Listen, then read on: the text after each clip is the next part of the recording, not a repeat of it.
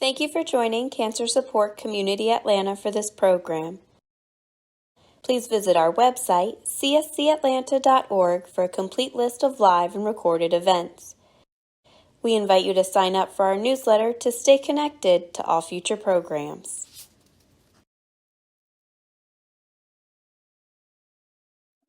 All right, welcome everybody. We're going to go ahead and get started today. Thank you so much for joining. We appreciate everyone being here. We cannot thank you enough. With pancreatic cancer, we are all brought to this for different reasons, but we are all here for the same reason, okay? I cannot thank you enough. Pancreatic cancer was introduced to me in 2016. I was in Houston, Texas, working a track meet with one of my mentors. He came down with a stomach ache, just thought he ate some bad food. Once we got back to Atlanta 2 weeks later, he had that same stomach ache, and his wife took him to the hospital and he was diagnosed. Less than 3 months later, I was at his funeral. That was scary. I had never seen anything like it. Watching a track coach go from perfectly healthy to having to be pushed around in a wheelchair a couple of days before he passed away was extremely scary. I wanted to know what it was that took Coach Dubé away from us. And I started volunteering for the Pancreatic Cancer Action Network that same year. In 2021, I actually became a staff member for PanCan. I am here today to say I will forever do anything and everything that I can for pancreatic cancer. There is a lot that we must do for this disease. That is why we are all here today. Today, we're going to hear from Dr. Abdalla. We're going to hear from Benardot, and we're actually also going to hear from a patient survivor, Cristall Harkins. Today is going to be an amazing day, and I look forward to you hearing and seeing everything that you will today. I can't say enough about everyone joining. I'm speechless. We've, of course, anytime we put it on an event, we look to have as many people as there. We want to get the word out. Our awareness rate is actually only at 14%. So when we go across the nation and we're talking about pancreatic cancer, only 14% of the nation has actually heard of the disease and knows what it is. There's a lot of work that we have to do with that, okay? Our survival rate is only at 12%. So if we had 100 people in this room and we asked 88 to leave, those 12 people that are here, that's representative of our 5-year survival rate. That's why I'm standing here today, okay? We have a lot of work to do and we are going to do it. But today, I want you to enjoy Dr. Abdalla, Dr. Benardot, and Cristall Harkins. Right now, I'm going to turn it over to Katie with CSC, actually Cancer Support Community of Atlanta, and she will tell you a little bit about them. Thank you, Snapper. Thank you guys for being here. Can we do like a quick old school show of hands of whose first time it is here today at Cancer Support Community Atlanta? So great. It's good to see new faces, some familiar faces. I won't say old. And thank you everybody on Zoom for joining us as well. We're always happy to have you guys here. So I want to just introduce some of our programs that we offer here at the Cancer Support Community Atlanta space. But these are also offered virtually through Zoom. So we certainly understand, distance, traffic, we get it, but many of these programs are available through Zoom as well. So we invite you to join virtually. So our support groups are led by licensed mental health professionals. We have a weekly group that meets. We also have a caregiver group that meets. You can find more information about this. We have some flyers out there. And again, our website has all of our information. Stress reduction classes. We have some really fun yoga, Tai Chi programs that happen just on the other side of this wall. We just recently introduced an introduction to breathing techniques program. That is great if you're looking for a resource for yourself or maybe for patients to de-stress, reduce anxiety, who doesn't have anxiety. So that's a great class to kind of connect with for some techniques on that. Nutrition seminars are offered monthly by an oncology dietitian with Northside Hospital Cancer Institute. And then we also have some really fun cooking demonstrations that happen here in this kitchen. We have 2 fabulous chefs come in, prepare a wonderful meal, and then we all get to eat, and you don't even have to do the dishes, which is like such a huge plus as a mom. We have education programs like these that happen monthly, highlighting various oncology topics. So again, for more information on any of these programs, what time they meet, any of that, or to register, you can visit our website. We also have a really great video library. So if you ever need a resource for maybe a patient or caregiver, or you yourself need a resource, you can click the video tab of our library and you'll see all of our past programs with some additional like yoga classes there as well. So also, we have our fabulous flyer wall behind me, behind the door that says "Do not exit." So you can feel free to grab flyers for upcoming programs. If you're a clinician, please feel free to grab flyers for your office, for your clinic and patients. Feel free to grab several. And you can always, I'll be hanging around here. You can always reach out. I would love to connect on any resources you think specifically would speak to the community you're looking to serve. I will be doing a couple housekeeping and then I'll pass it off. So we're going to shut this door off. Obviously, by the sign, please do not use as an exit, and ask you to exit through this door if you need to leave for any reason today. Restrooms are out of the cancer community office, but right across the hallway. And then for those of you joining us through Zoom, you will be on mute for the duration of today's program, but you can enter questions into the program chat box, and Dr. Abdalla and the rest of the presenters will answer them at the end of the program. And everybody here will also ask you to hold off questions till the end, and we can do a fun Q&A. So I'm, without further ado, going to pass it off to Suzanne, who's going to introduce Dr. Abdalla.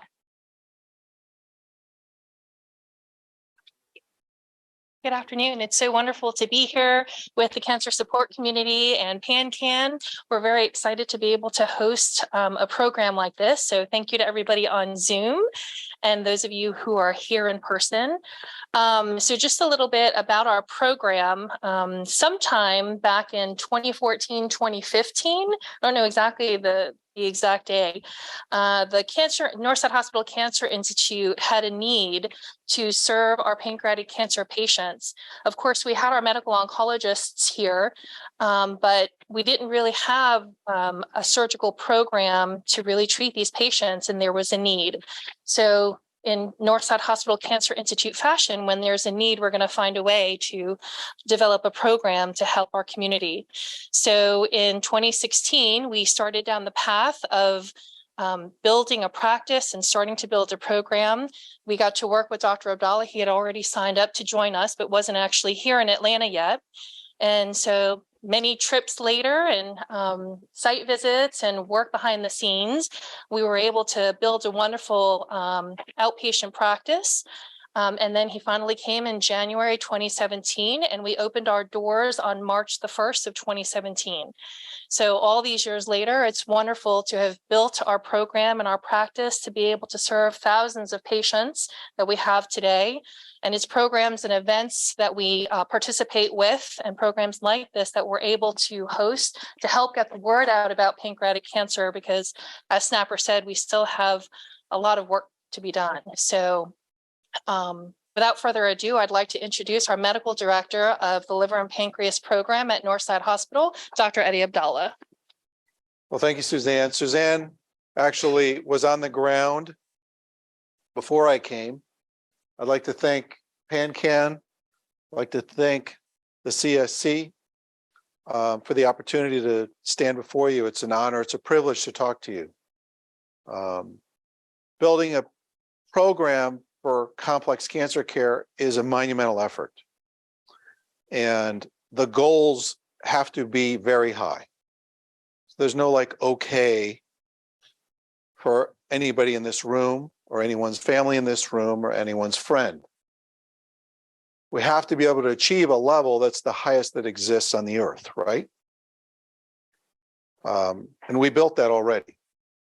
So we're extremely busy program, and that's important. We'll talk about that. I'm going to talk to you like you're smart people, because you're smart people. And a lot of what you hear out there is kind of hand waving. I'm not going to wave my hands. I'm going to show you pictures. I'm going to talk numbers. The survival rate for pancreas cancer is 12%. That's a 5-year number. It's also one of the largest increases in survival for any disease treated on the earth. It's gone from 6% to 12%. That's a doubling in survival. So it's progress. It stinks, but it's progress. It's direction, it's movement in the right direction. So this is the commitment you have to have if you're going to try to build a program that's the best, if you're going to bring people around you that are the best. I trained for like decades. I literally trained for decades. I did research, I did surgery, I went around the world, I actually started a school of medicine, and I researched and I published. And I realized quickly I was not a basic scientist, even though I did NIH research. I'm a surgical scientist. So the questions that I was asking were the questions that you present to me when you sit in my clinic. Operate, yes, no. How? Is it appropriate? When do we do chemo? When don't we? When do we do radiation? When don't we? What's the impact of that? So those are the questions that I asked in my career that were more relevant to the actual what do I do? I'll leave the basic science to the basic scientists. And then you have to marry those different pieces so that when you show up, we can figure out the plan that's the right one for you. We can't adapt you to the plan. We have to adapt the plan to you, right? And if we're going to adapt the plan to you, we got to have a lot of plans. We got to have a lot of options. I was talking to a young lady over here whose husband wasn't doing great with chemo. So we changed the plan and we found another road. So you got to find a way forward for everyone. You got to have a full range of therapeutic options. You got to have a team approach. The team here is enormous. We have hundreds of medical oncologists. We have tens of radiation oncologists. After I built the program, I now have a partner, Dr. Sir, who's here.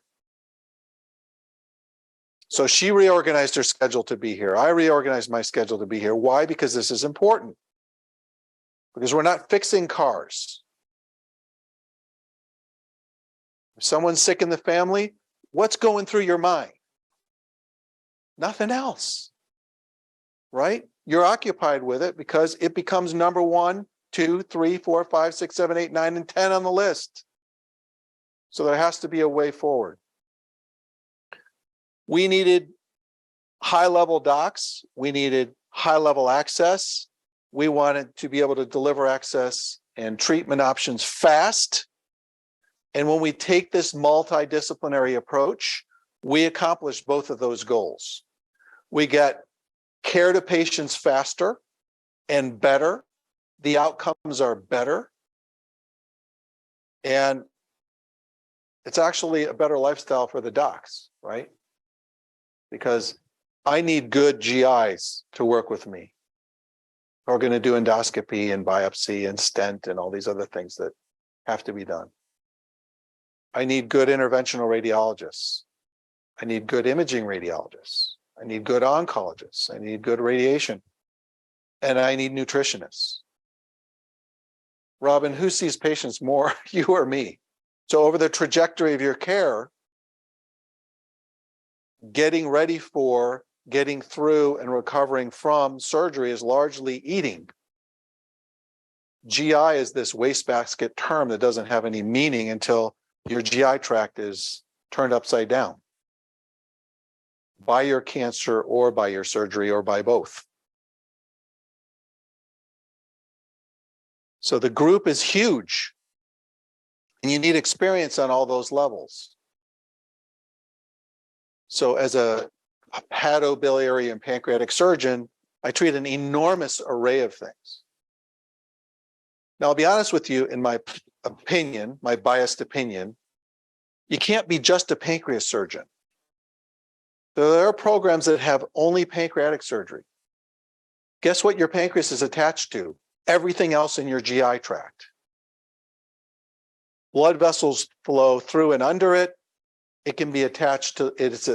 The operation detaches the liver from the pancreas. You can have spread of your pancreas cancer to your liver.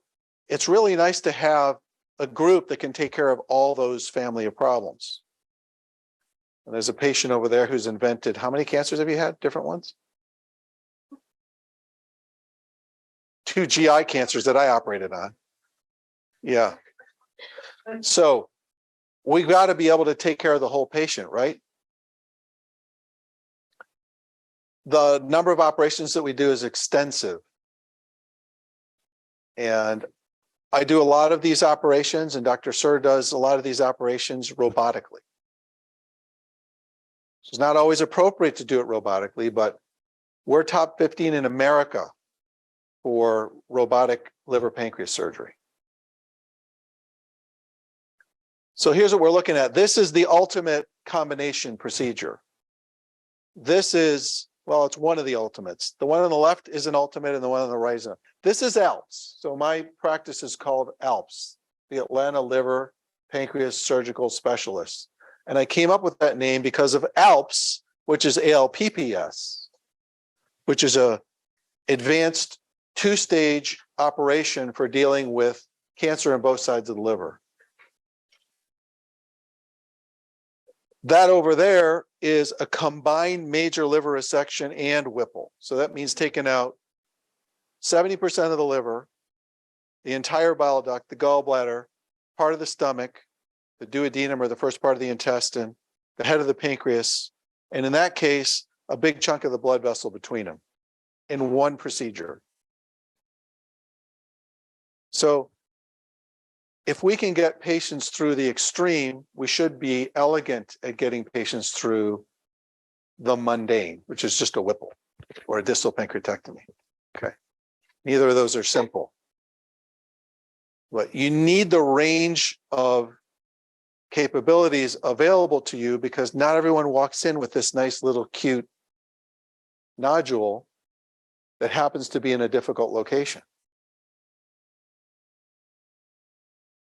Ask Ms. Harkins, she knows. So it's important to be a high volume program. High volume means that the whole system provides people who are skilled and dedicated to provide you what you need.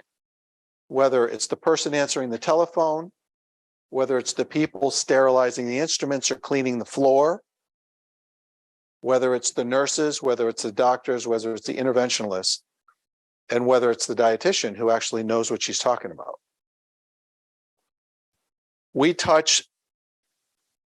We're among top 10 in America for touching cancer patients at Northside.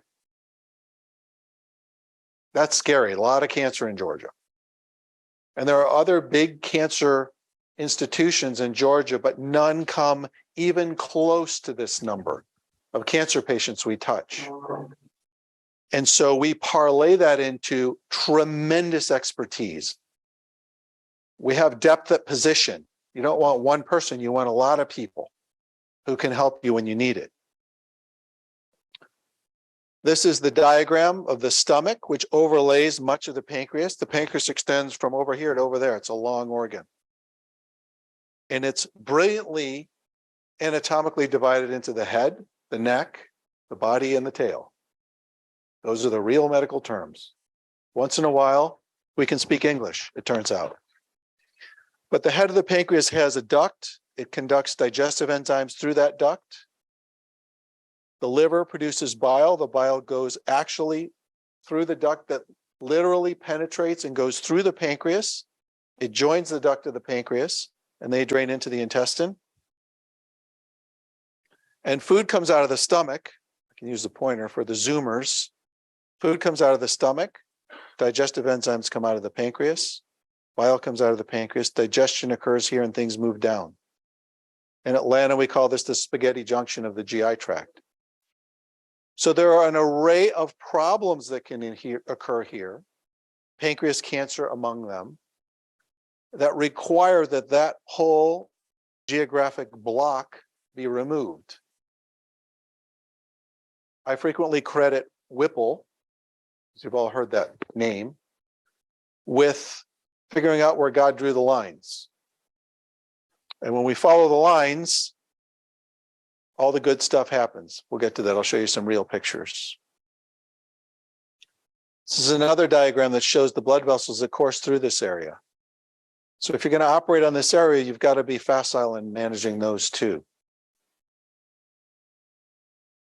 So the pancreas, what the heck does it do? Well, it makes and secretes digestive enzymes through the duct that I just pointed to. And it makes and secretes hormones. So there's two completely diverse and separate functions. So the hormones go in the blood. The famous hormone of the pancreas is insulin. Makes a bunch. You can live without a pancreas, but you've got to replace some of those functions. You can remove the entire pancreas.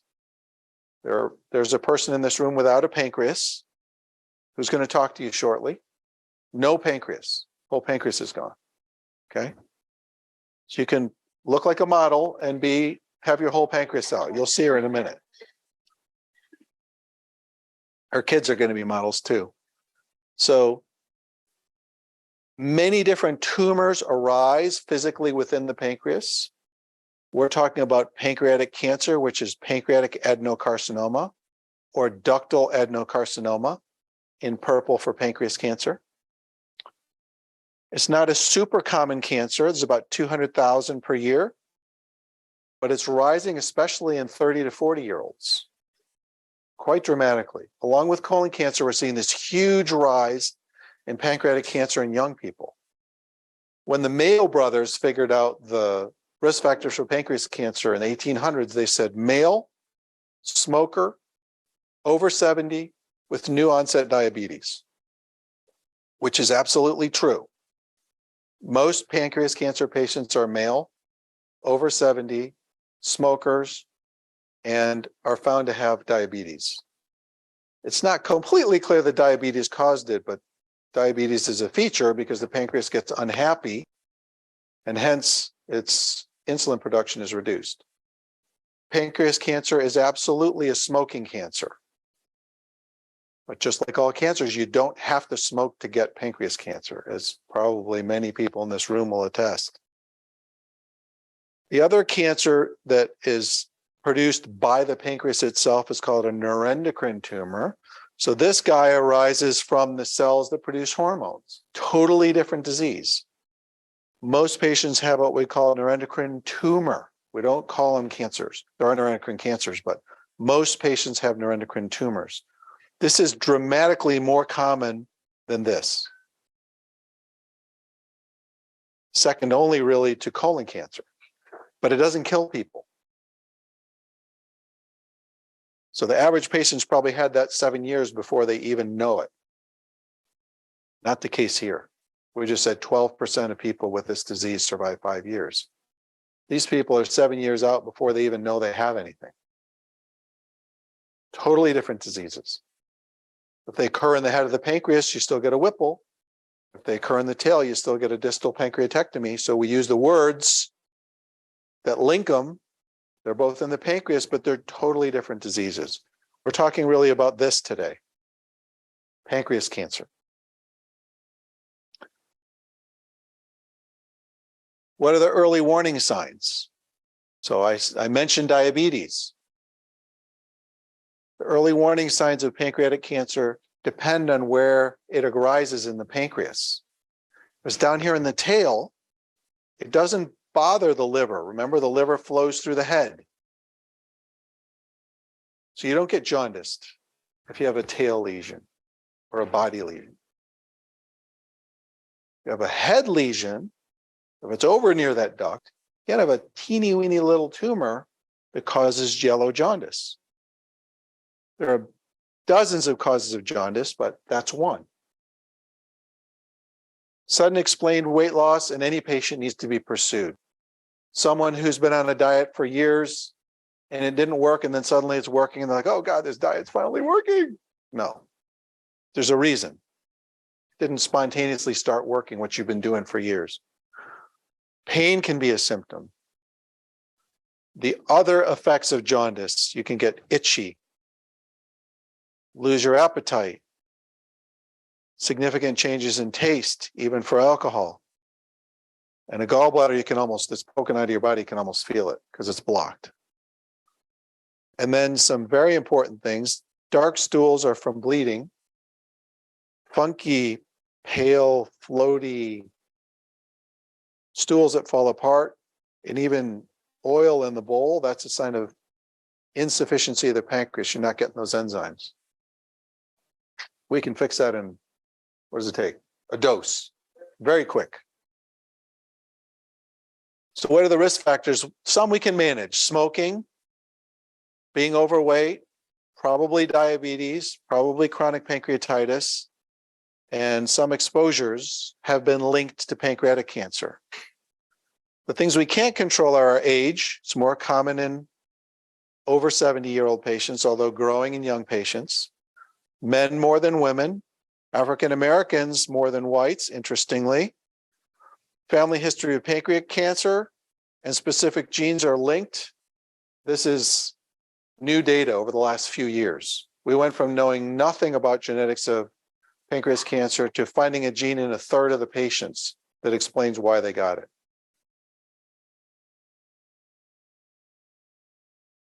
So what are the goals? Our goals can be using not necessarily curative therapies that happen to be cured. We were at PanCan with a woman who 7 years ago was diagnosed with pancreatic cancer. She got chemo, never had surgery, and she's 7 years NED. No evidence of disease. It's a thing. And it's going to happen more and more as we learn about this disease. But often we use the different pieces that we have, whether it's chemo, biologic, immunologic, radiation, in order to get to curative surgery or other therapies like irreversible electroporation, which is an ablation approach to unresectable pancreatic tumors that we now offer. The chemo, the two number ones are equal. Everyone likes to call this the Pope. Pope's the first among equals. We can talk about anything you guys want. My mom read every book that was ever written in the world. And my dad's a rocket scientist, so I kind of got both sides going here. So FOLFIRINOX is a combination of 4 drugs. Gemcitabine Abraxane is a combination of 2 drugs. Neither one is easy. There are dozens of other options, but these chemos have impacted outcomes. And that's part of the reason we've got a doubling from 6 to 12% of 5-year overall survival for this disease. These may also be responsible for converting some patients who may not have been candidates for surgery to become candidates for surgery. Other therapies are exploding. So it turns out if your person, your human body, when we look at your genetics, the genetics of the person can define treatment options for whatever cancer you happen to get, including pancreatic cancer. Okay, it's completely logical that if you have a tumor that shouldn't be there, and you take a piece of it, and you look at the genes that it expresses, that could expose targets for treatment. It happens that you also have to look at the person. You look at what we call the germline genetics. And it turns out that can expose targets that will allow treatment for a patient with specific genetic findings that are not available for a person without those genetic findings. BRCA, the breast cancer gene, happens to be one. And then there are a bunch of others. So frequently we'll look at your tumor biopsy, but then we'll do a U biopsy in a way. We'll have the geneticist talk to the patient, whether the patient likes their kids or not, and want to know if they're passing genes to them.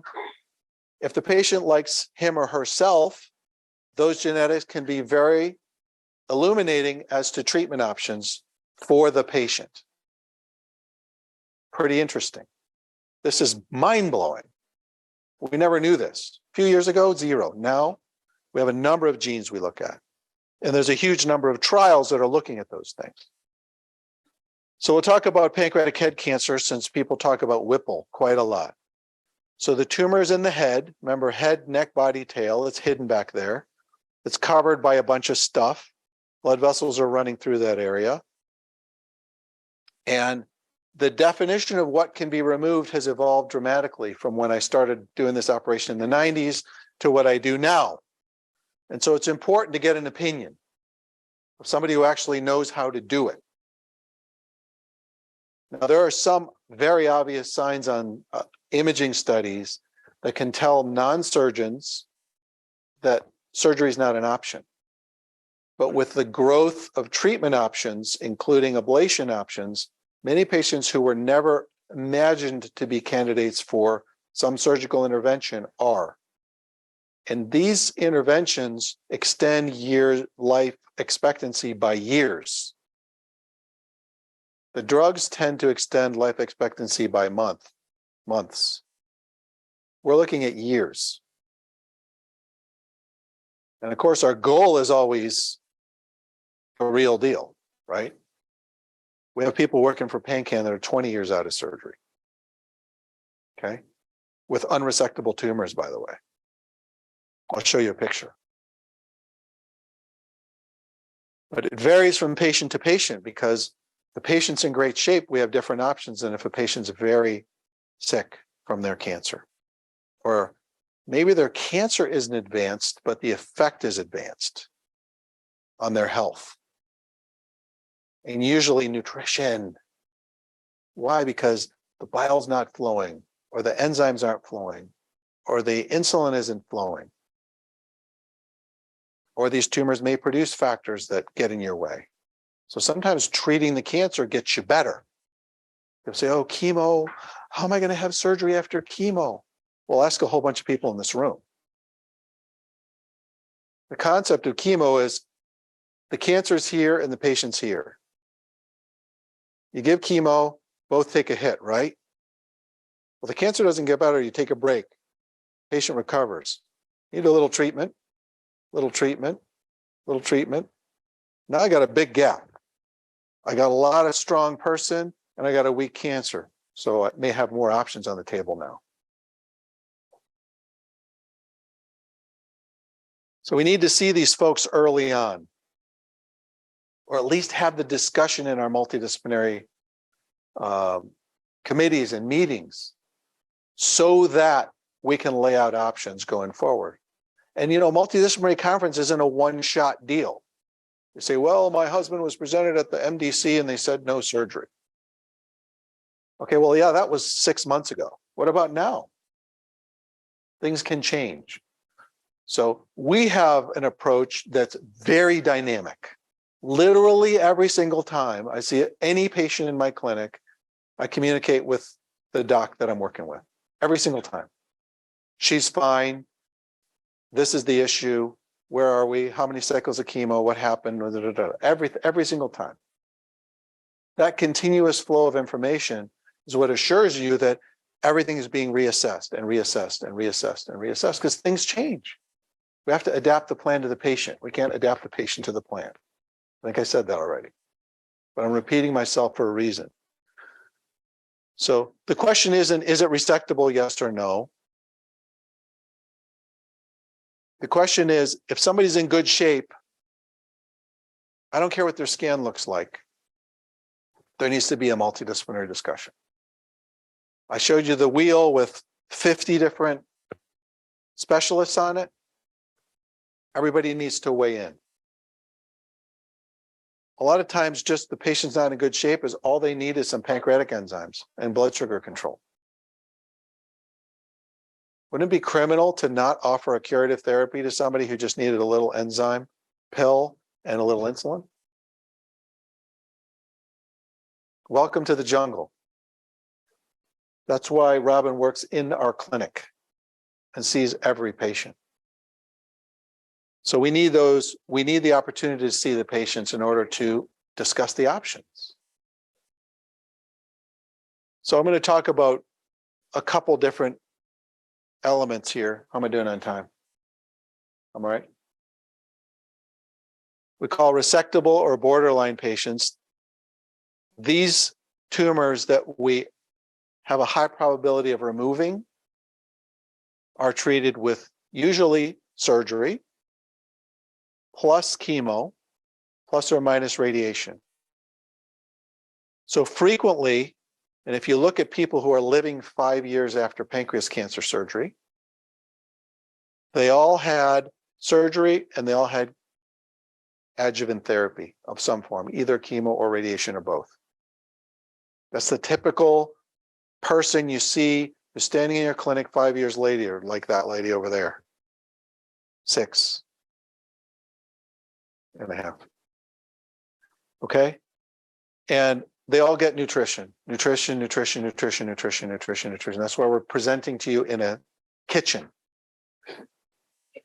Plus, we all spend most of our lives in our kitchens, right? Locally advanced tumors are tumors that are situated in an anatomical way that we can't remove them safely, but there's no spread. We actually now have options for them. So they typically get chemo, typically get radiation, and then they get an ablation modality. And there's only one that works. It's called IRE. Not what we're talking about today, but this is not a treatment only throw up your hands and scratch your head. No, we have options here.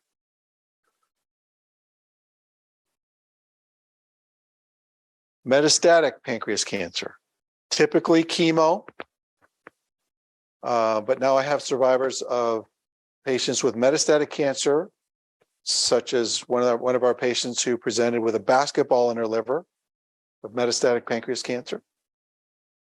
And she went through an even longer list of treatments before all her cancer's gone. Just had a blood CT DNA, circulating tumor DNA negative, no cancer in her human body. She spoke at PanCan, 2 weeks ago? Why? Because we're assessing and reassessing and reassessing and reassessing. If she never came to see me, there's a 0.000% chance she would have been resected or free of disease. Well, there's probably a handful of people around the world that would have thought about it. Whoa, that's cool. There you go. Because it just, can you guys scroll me back? Are you playing with the computer back there, guys? Okay, stop. All right, can I take control again? Oh, see, we're still at the end. We'll go back. This is cheating. You're seeing the end before the beginning. This thing is a little recalcitrant, kind of like pancreas cancer. Doesn't want to cooperate. I'm going to show you some of the real stuff here. You guys are eating, and I'll show you really great pictures for eating. My kids like to look at this stuff, so you guys can handle it. So I want to talk a little bit about the operation. This is the Whipple operation. My old mentor, then partner, devised this very organized approach where we get down to the main vessels, we release this duodenum, we cut across the critical structures that attach to the liver, the stomach, the intestine, the pancreas. So there's 6 major steps in the process of detaching this from the human body, sending it to the pathologist. And then we have to put Humpty Dumpty together again.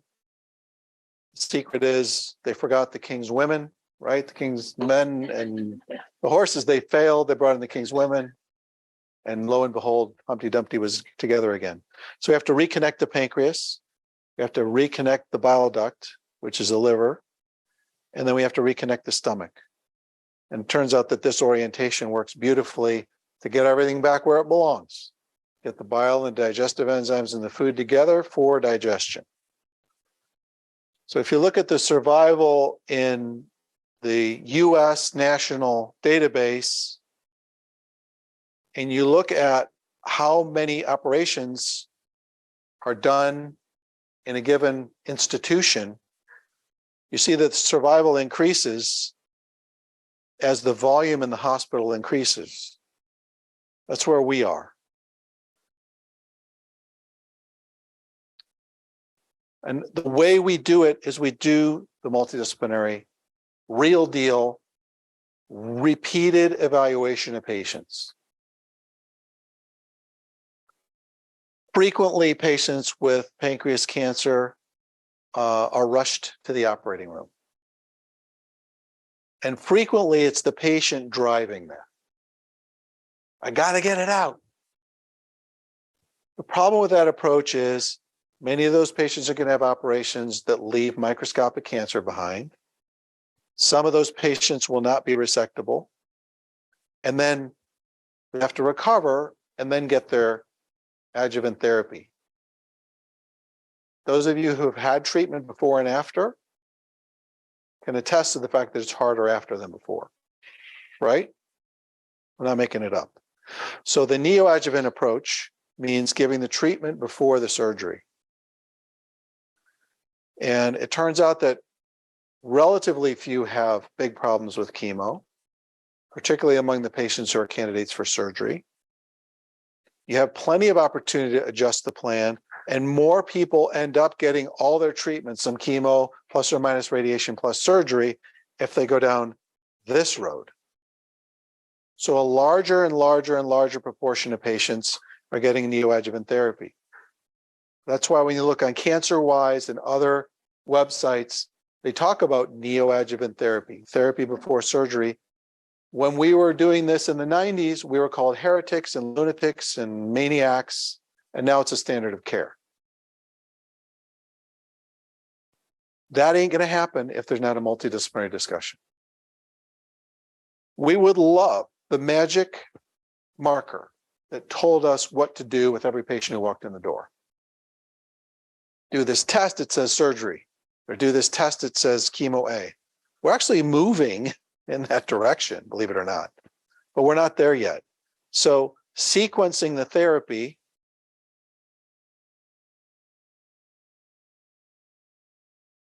next slide, please. Turns out that sequencing the therapy matters. So when you look at the papers that look at actual 5-year overall survival, all right, statistics 101. Most of the data that you read about survival is called actuarial. That means they took all the people and then they did a bunch of statistical magic so that they could predict the probability that people will be alive at 5 years. And that includes people that had surgery a month ago or a year ago, and they're projecting those numbers out to 5 years. Okay? This is what we call actual 5-year survival data. So this is the data on people who actually were alive or not alive at 5 years. So no statistical games. This is the real deal data. Okay? Last we published, this was the series of papers that talked about that number. So you look at the numbers, and I'm going to summarize everybody from the Mayo to Hopkins to Memorial to Indiana, which is a big center, Seoul, Sinai. The median survival, the average patient lived 18 months or less, and less than 18% were living after 5 years. That's with surgery. Whereas our numbers were the average patient lived 2 years, not the best, the average. And 27% were alive at 5 years. And our numbers at Northside are similar because I have the same approach. So why? Well, this is our initial assessment. ECOG is a performance test. We look at how well is the patient. Are they getting up and down? Are they taking care of themselves? Do they need help? Are they in bed all day? We look at albumin and prealbumin, which are measures, objective measures of nutrition. We look at the hemoglobin A1C, your diabetes measure. Regardless of the stage 1, stage 2, stage 3, stage 4, we work on their performance status, work on how well is the patient. Patient. Oh my God, what a concept. We start prehab. We have a lot of data around surgery that if you prep the patient for surgery and you feed them and you don't let them get protein low, the recovery is much more rapid. So we start prehabbing the day we meet patients. So Robin spends as much time with the new patients as I do. Then we properly stage the patient from a surgical radiographic standpoint, not stage 1, 2, 3, but what's the anatomy? So there's a scan of a patient with a classic resectable pancreatic cancer. That's a CAT scan. It's like someone sliced you and they're looking up. So this is the right, that's the left. Here's the liver. We look at the blood vessels. We look at the tumor, which is dark, and whether it's touching those vessels. This is also a resectable tumor, but it's clearly touching that main vein, the superior mesenteric vein, that vein that runs through the pancreas. That's also resectable if you know how to resect the vein. Because it turns out that's not a cancer problem. That's a technical problem. Now, if your scan looks like this and the tumor is going around a big part of the artery, that's going to be borderline or locally advanced. Because it turns out that is an oncologic problem. So we're not doing as well when we take out a big chunk of that vessel and replace it. Although that's changing too, by the way. So after I take the head of the pancreas out, this is what's left. It is clean. I hate blood. I don't want to see blood. I see blood. I can't see these little teeny weeny eensy things I need to tie off. So that's the portal vein that you saw in the diagram. That's the SMA, the artery you saw in the diagram. That's the vena cava that brings blood back to your heart. The liver's up there, the bile duct's cut in half, and the pancreas is cut in half over here. And that's my assistant's hand. It's not mine. So when you got a tumor, here's that vein, doesn't look so good, and this big thing is wrapping around it. Well, we need a plan to cut that thing out and replace it. So we can cut it out and replace it with a piece of your vein, which we do sometimes. Houston, we have a problem. There you go. Oops. It's a delay problem. So that's actually the internal jugular vein out of the neck. Didn't need it in his neck. He needed it in his pancreas. So now the tumor's gone and you've restored flow. There are other methods, if this will agree. When we look at, these are really science slides for surgeons, but I'm going to show you a few cases of what I was taught were unresectable, that we resected, maybe. So this is an artery that's involved, but the tumor's not wrapping all the way around the artery. Got multimodality therapy, that means chemo and radiation and surgery. Free of disease for years, for decades. This lady, I'll show you her scan, I'll show you her pictures, is alive 20 years later. So when we go back to why we're doing better because we get negative margins. We get clean margins. And we get clean margins because we stage correctly, we look at the scans correctly, we sequence the therapy correctly, and we're willing to resect the vessels. I've done pancreas surgery on 3 continents. I worked in the States, I worked in France, and I started a school of medicine in the Middle East. And my personal vascular resection rate is around 33%, interestingly, on all 3 continents. So we're able to achieve these goals in a 90-bed hospital in Beirut. This is an even more complicated problem. This is a pancreas that was involving the vein, and the whole pancreas had to come out.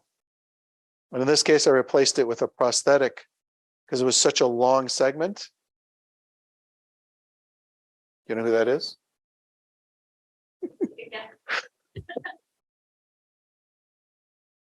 The other piece of the puzzle I talked about is almost all of our patients end up getting their surgery and therapy, whether it's chemo and or radiation. And it's that sequencing of treatment before and surgery towards the end is what's giving us this combination remarkable outcome. I'm going to skip through some of this stuff. It's less exciting. I want to talk about tail cancer a little bit. We've been talking about head cancer, Whipple. The pancreatic tail is basically attached to the spleen because the blood vessels of the spleen happen to be married to the back of the pancreas. The lymph nodes of that area are also associated with it.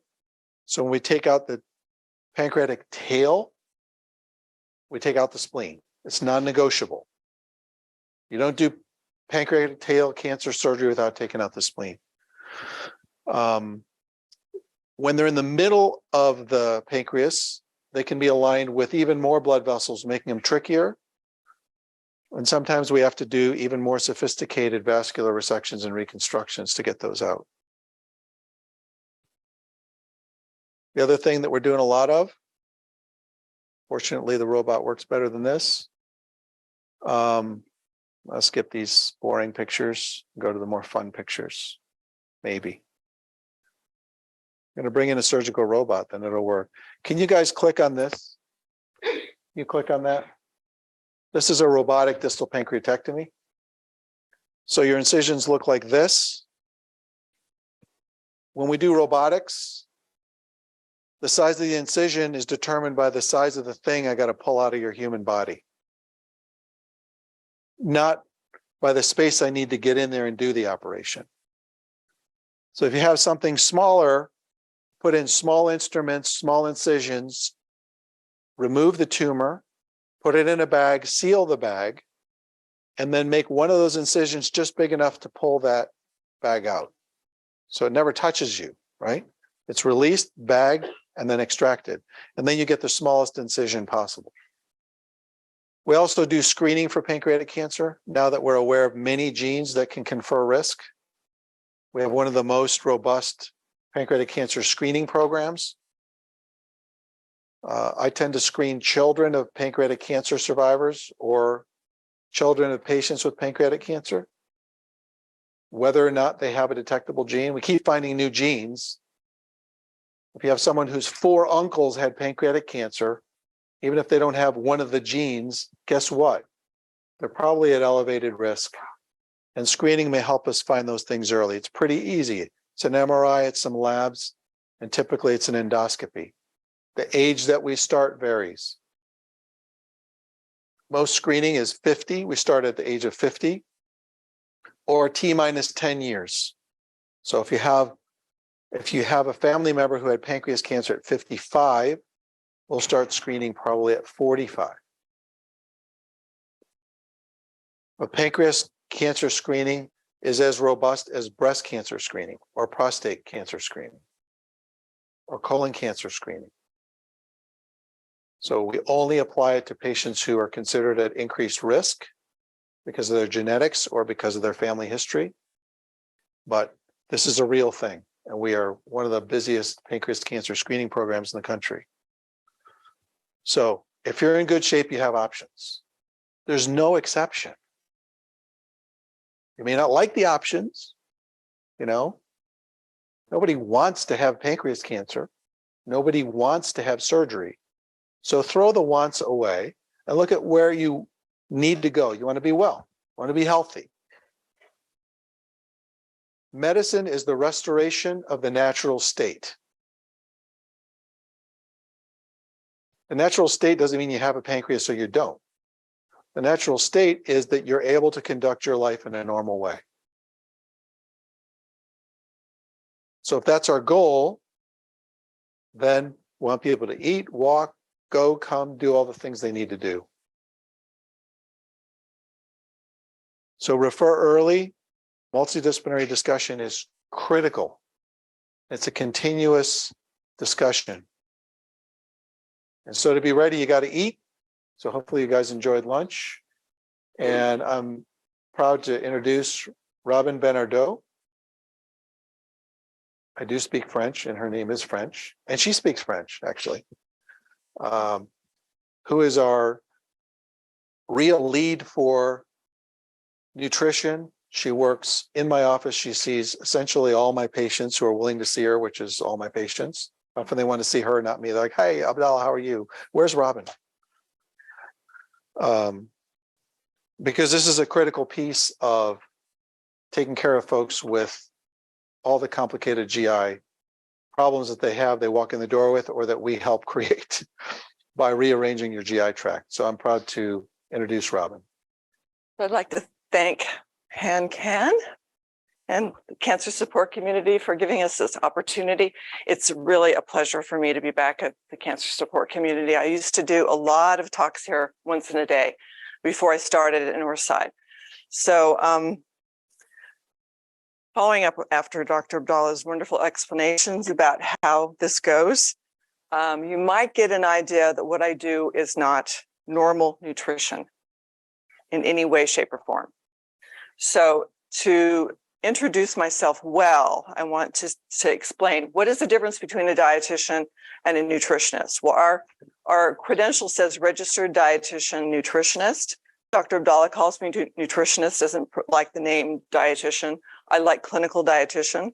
I am a clinical dietitian in the medical field. I have done just about everything you can possibly do, including sports nutrition. But this is my love, is working with cancer patients. And my other credential, the CSO, is a certified specialist in oncology. So it's a long road to get here. And I've been doing this for a very long time, and even worked with pancreatic cancer patients in 1981 at Memorial Sloan Kettering. So you can imagine how much experience it takes to get to this point. So what I try to give every patient is some kind of actionable advice. I'm going to open with this slide because, for one thing, this is an ideal. And this is what we would kind of like to see everybody doing. And you may just look at your own habits right now and say, well, I don't do all of these things. One is scheduled meals. Very important to eat on a nice schedule every day about the same time. The GI tract loves that. To have a lot of plant foods, heard of plant-based diet. That just means eat lots of fruits and vegetables, especially vegetables. Don't exclude them. High protein foods, which I'm going to talk about a little bit more later, but we're very protein centric about our approach. So we're really pushing protein at all times. Healthy fats, olives are one possibility, olive oil, etc., nuts, seeds. Cut down on simple sugars and carbohydrates. A lot of buzz on the internet about nutrition in various shapes and forms, and especially the sugar feeds cancer kind of area. I could talk for a full hour about that, and I have done that talk here at Cancer Support Community.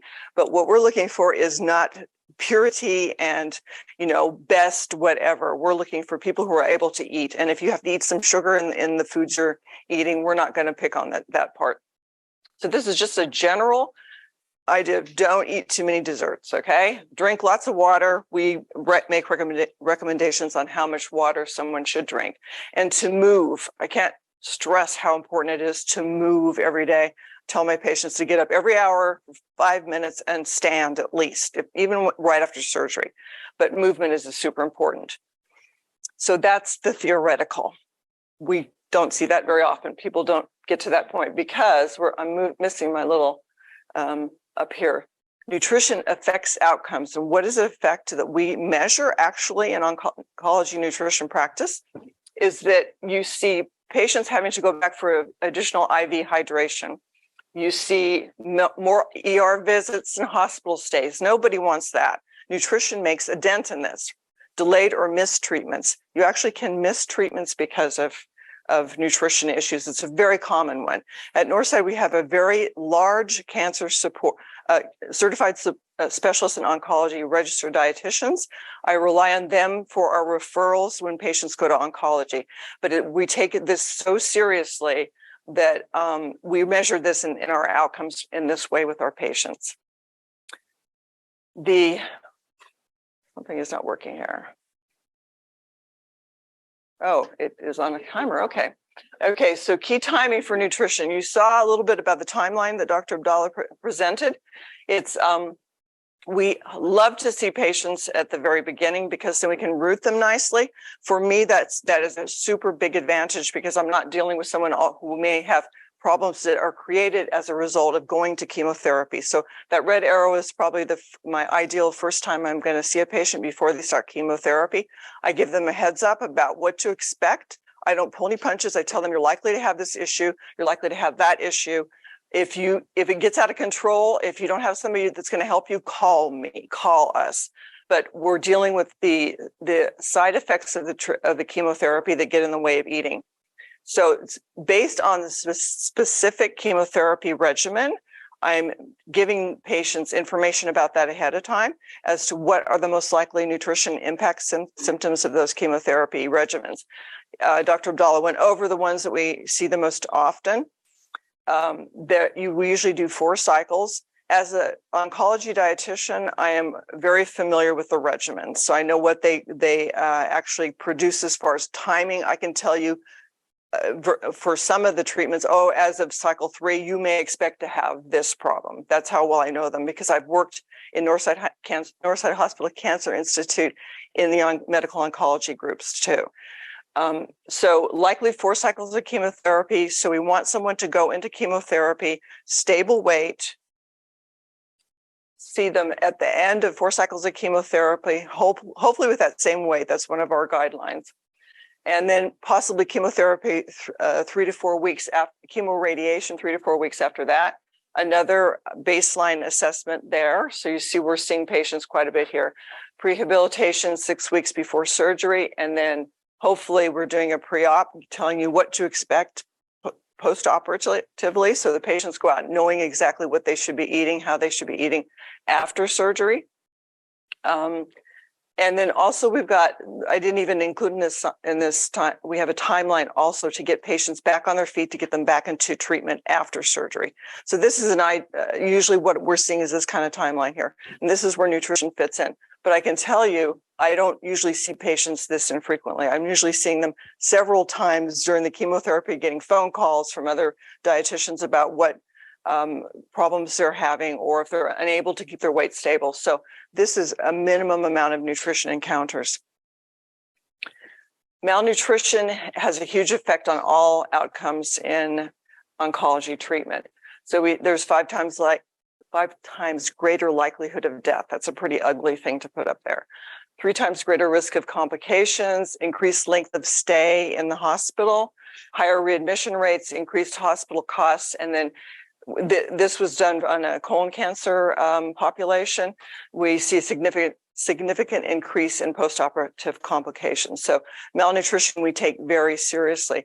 But what are we trying to do? Avoid malnutrition, not having to see and deal with rehabbing somebody from that standpoint. But unfortunately, it happens far too often, just because of the awareness people have about certain areas of their of how they present the first time and what happens. Number 1 is weight history. So when a patient comes in, and Dr. Abdalla mentioned, because we talk about this all the time, the diet that finally worked. So people say, yeah, I just finally did keto and it worked, and I lost 30 pounds last July. And you're like, and I kept losing weight. And I hear the stories like this all the time. Medical and surgical history, where we take this into account when we're seeing a patient the first time before they start the treatments. Physical function, social history, nutrition impact symptoms. Those are the symptoms that get in the way of eating, and usual diet. So I'm going to go over each one of those in a little more detail. So when I do a baseline assessment, usually it's in the context of somebody just getting some bad news, or just trying to adjust to some bad news, and they haven't really seen a dietitian before. So they're going to come in with their preconceived notions about what healthy diet is and what I'm going to say to them. So I usually have to spend a bit of time to clarify how I can help them, because they expect to have to account for the fact that they maybe had McDonald's for lunch or something, or whatever they decide is something that's not a good nutritional practice.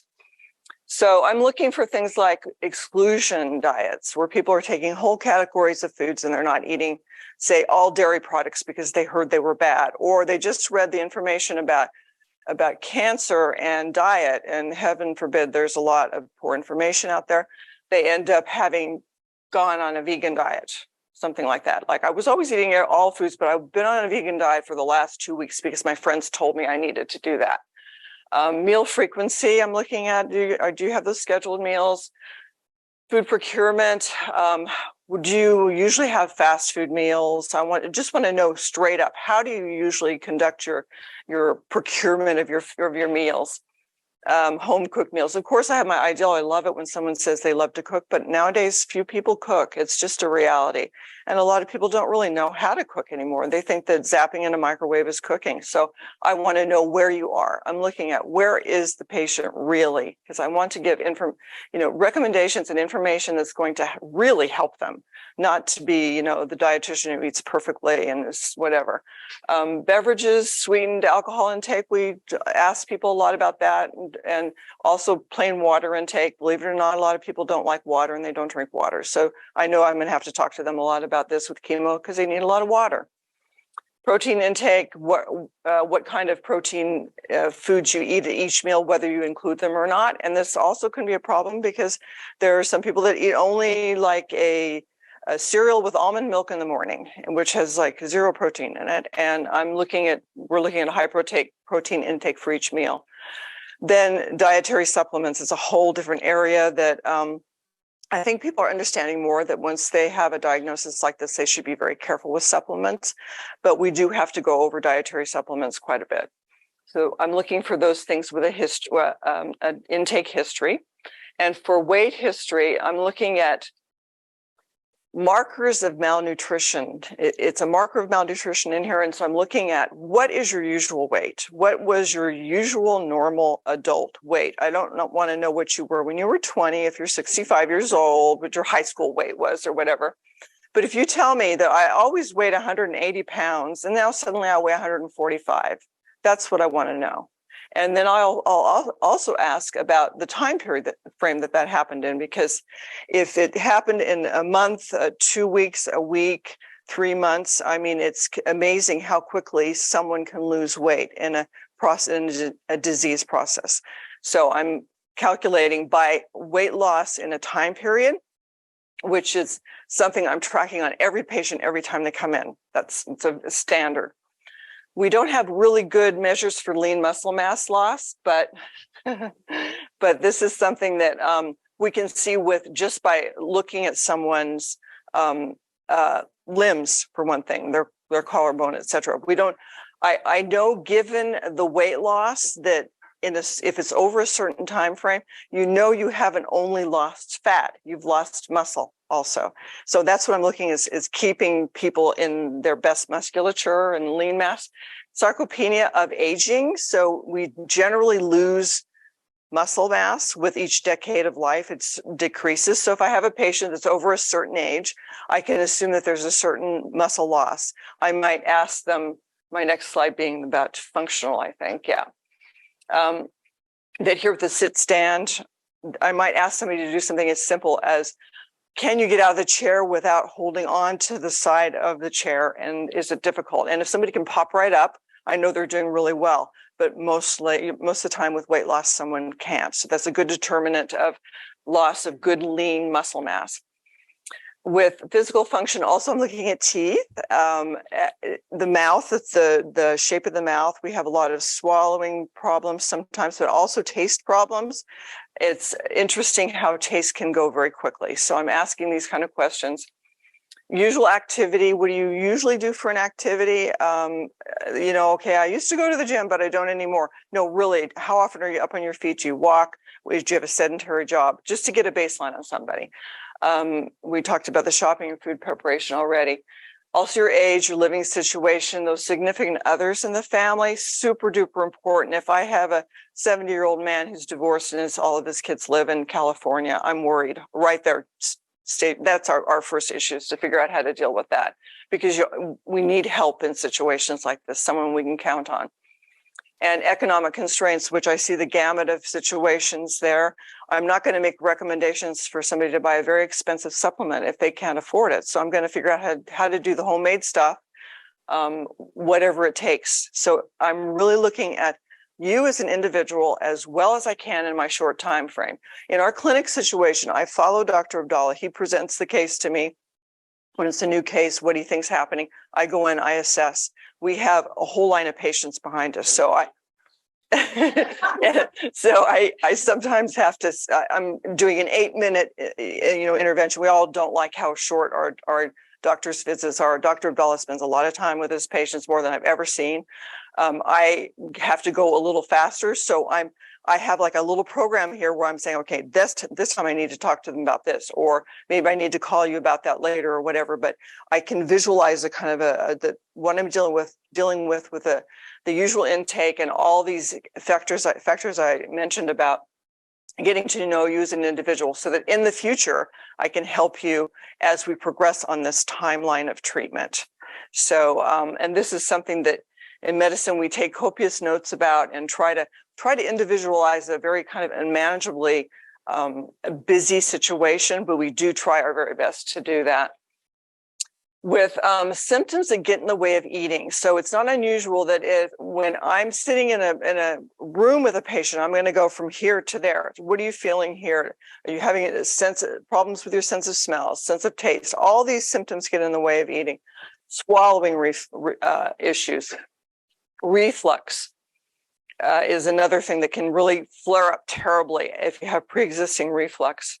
Bloating, early fullness. I ask all these questions. We go all the way down the line. Do you feel full after you eat? You have problems eating now. Is it because you're not smelling correctly? You don't taste correctly? You eat a little bit, you're full, or you just don't even really look at food and go, it's not for me. This is all in questioning. And the interesting thing about this to me is that I would say you don't know what you don't know. And in this situation, I think I surprise patients because I ask questions that are like, whoa, what is she asking me about my poop for?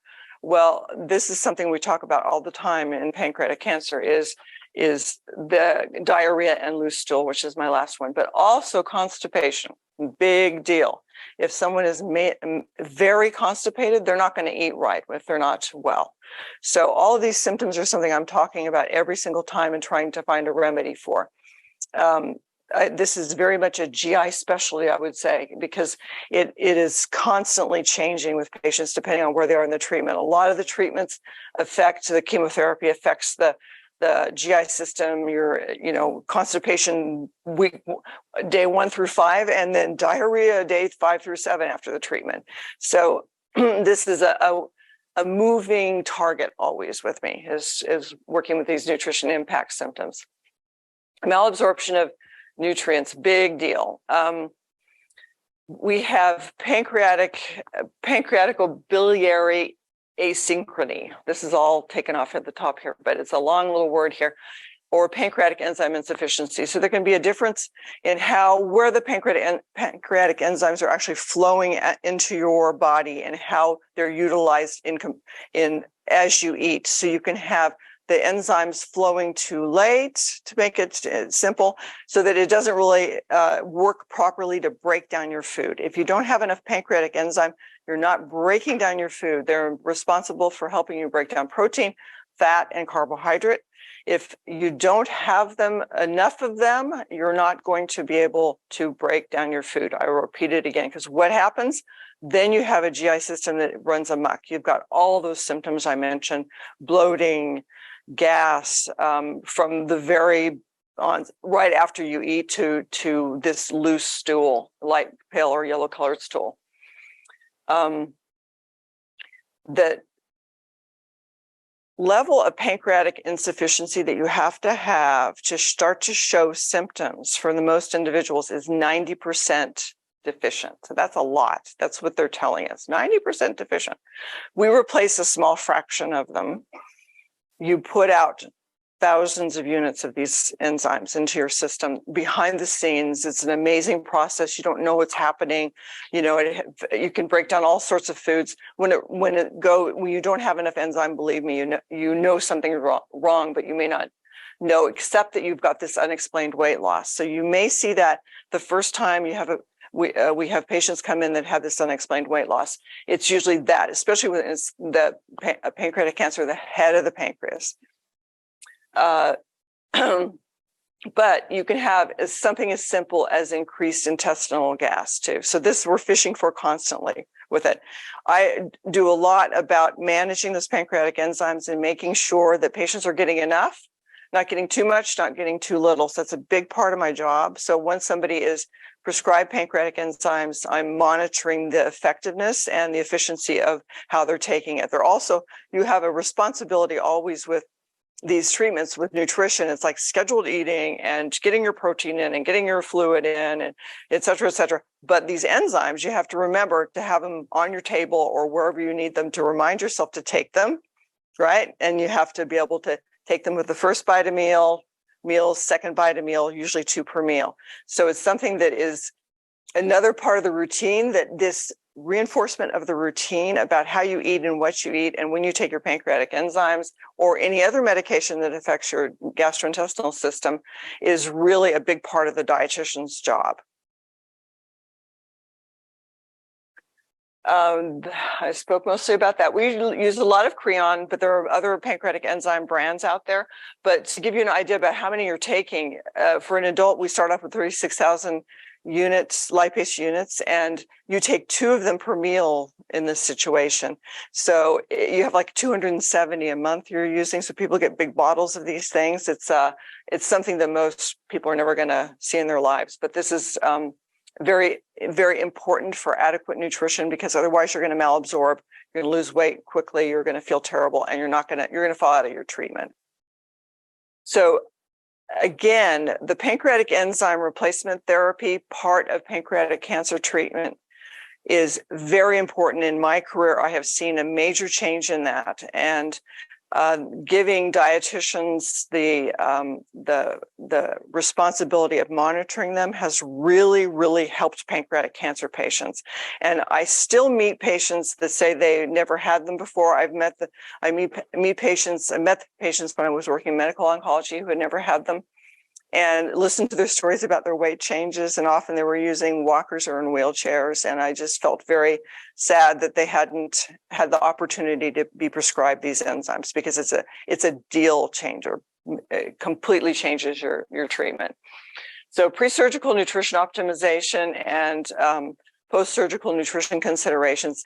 We're working towards getting you to pre-surgical nutrition optimization, prehabilitation, that word that Dr. Abdalla used, the whole time. So that whole continuum of treatment, that's months of treatment, chemotherapy, chemoradiation, if you do that full neoadjuvant treatment, that's months that you can't fall out and become malnourished.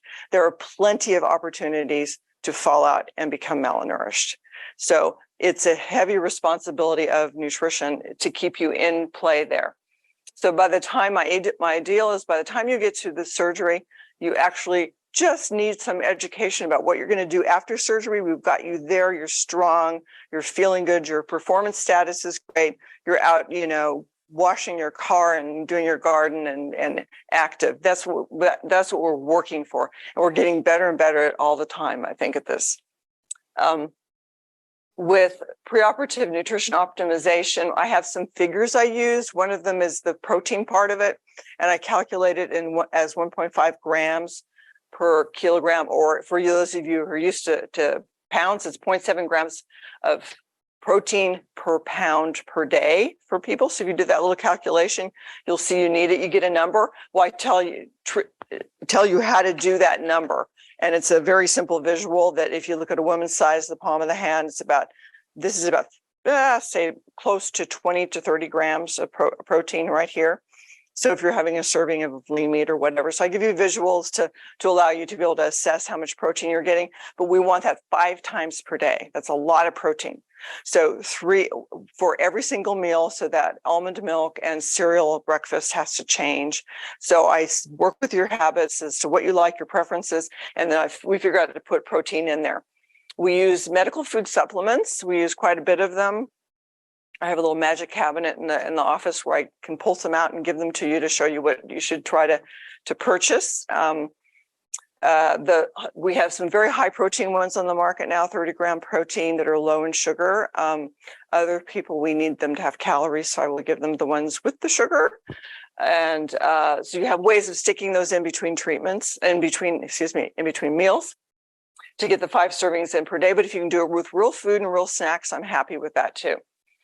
Combined activity in some way, shape, or form. If someone is active, they're going to do better, because you're not going to preserve or build lean mass if you don't have activity. You can't sit in the chair and watch TV and drink protein and get your muscles back. It just won't happen. You've got to use those muscles. All the long muscles of the body require some kind of stress in a very regular fashion. My deal would be everybody see some kind of PT, physical therapy, a physical therapist or a program or whatever, but we're not there, but maybe we'll get there one day. And we use also a wound healing supplement. There are a few in the market, but the one we're using now with great luck, great results is Juven. And it is a packet that you put into water and you take it twice per day. So we have people start 7 days ahead of surgery to get their wound healing response, maximized. They get it in the hospital at Northside, and 2 packets per day. And then we continue for, I say, 2 weeks after discharge. Sometimes we will prolong that depending on the wound healing.